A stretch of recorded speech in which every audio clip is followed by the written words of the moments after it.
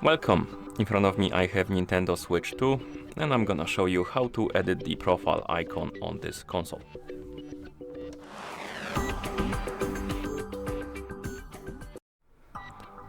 First we need to open the profile page. To do it, on the home screen find your profile icon in the top left corner and then tap on it to open the profile page.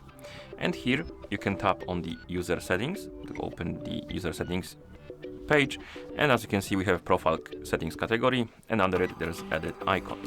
Tap on the edit icon option and here you can select edit character /me, and you can scroll through the list of different character icons, look for something you like, and once you find the icon you prefer you can tap on it, and then you can also edit the background by tapping edit background.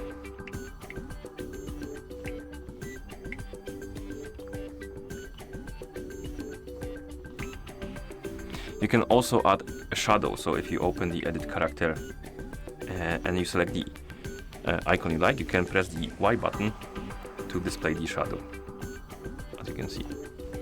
And once you're done, you can press the OK and back, and then you can tap on OK to apply the changes. And of course, if you want to go to home screen, you can press the home button. And that's how you edit the profile icon on this console.